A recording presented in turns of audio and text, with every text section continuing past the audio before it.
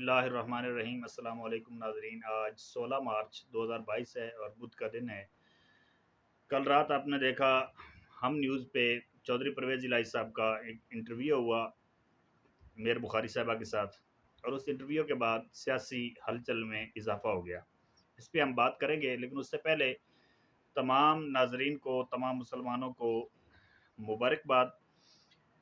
اقوام متحدہ کی جنرل اسمبلی نے 15 مارچ کو اسلامو فوبیا کے طور پر منانے کا اعلان کر دیا ہے۔ ہر سال اب یہ دن پوری دنیا کے اندر اسلامو فوبیا کے نام پہ منایا جائے گا۔ اسلامو فوبیا کیا ہے؟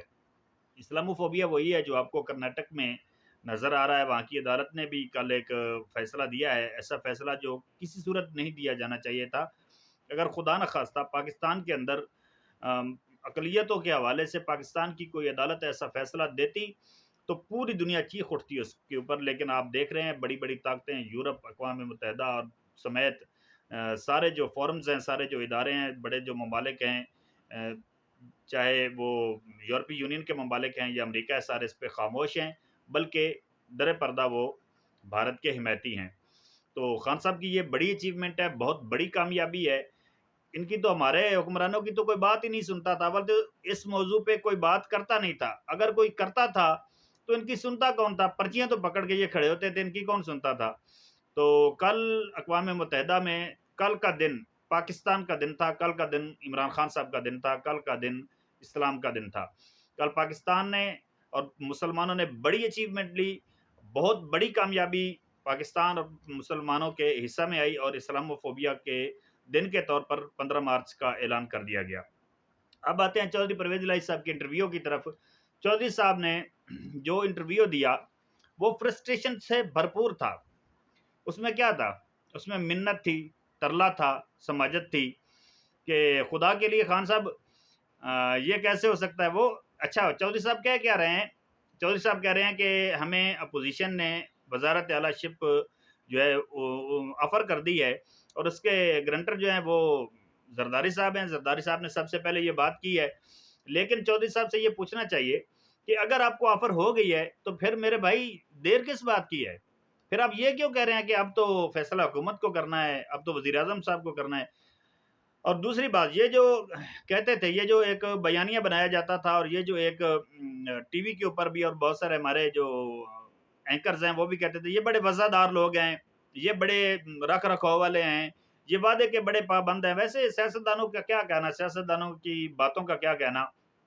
یہ خواجہ آصف صاحب جن کے بارے میں کل خان صاحب نے کہا، انہوں نے فضل الرحمان صاحب کا نام ہی ڈیزل انہوں نے ڈالا تھا، اور خواجہ سعد رفیق صاحب جن کے بارے میں کہا جاتا ہے کہ وہ بڑے مرداحن ہیں، ہارون الرشید صاحب نے اپنے کئی ایک کالمز میں اس کا ذکر کیا تھا، اور کئی بار وہ ٹی وی پہ کہہ چکے ہیں، آج تک تردید نہیں آئی۔ انہوں نے کہا تھا کہ خواجہ آصف نے میرے ساتھ بات کی تھی اور مجھے کہا تھا خان صاحب کے ساتھ سارے معاملات طے پا گئے تھے، یہ پی ٹی آئی میں جانا چاہتے تھے، خواجہ سعد رفیق پی ٹی آئی جوائن کرنا چاہتے تھے، ہارون رشید صاحب کو کہا ہمیں پی ٹی آئی جوائن کرائی، کہا کہ ہمیں جو ہے وہ پی ٹی آئی جوائن کرائیں۔ خواجہ سعد رفیق صاحب نے کہا کہ ہمیں پی ٹی آئی جوائن کرائیں، یہ اس کے لیے تیار تھے، یہ خان صاحب کے ساتھ آنا چاہتے تھے، 2013 سے پہلے کی بات ہے۔ لیکن کچھ چیزوں پہ معاملات طے نہ ہو سکے، نہ آ سکے، تو اب وہ مطلب یہ ان کی باتوں پہ نہ جائیں۔ ان کے جو اندر ہوتا ہے وہ کچھ اور ہوتا ہے، جو ان کے باہر ہوتا ہے وہ کچھ اور ہوتا ہے۔ پرویز الہی صاحب کے اندر کیا تھا؟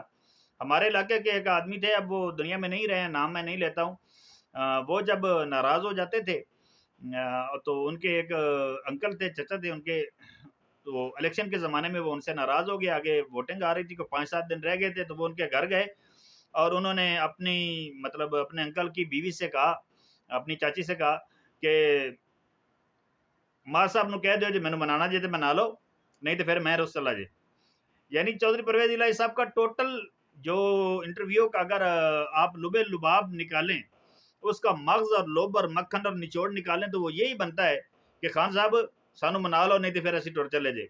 اور یہ جو وہ کہہ رہے ہیں نا کہ ہمیں وزارت اعلیٰ شپ آفر ہوئی ہے اور 1.5 سال کے لیے ہوئی ہے، تو میرا نہیں خیال کہ ایسی کوئی بات ہے، کیونکہ اگر ایسا ہو چکا ہوتا، اور سارے اتحادیوں کا جیسے وہ کہہ رہے ہیں کہ اس کے اوپر تقریباً تمام اتحادی جو ہیں ان کا 100% جھکاؤ جو ہے وہ اپوزیشن کی طرف ہے۔ بھائی اگر 100% جھکاؤ اپوزیشن کی طرف ہے تو پھر آپ کس چیز کو دیکھ رہے ہیں؟ پھر یا تو آپ بڑے گھر کی کال کو دیکھ رہے ہیں کہ وہ ہمیں کس طرف اشارہ کرتے ہیں،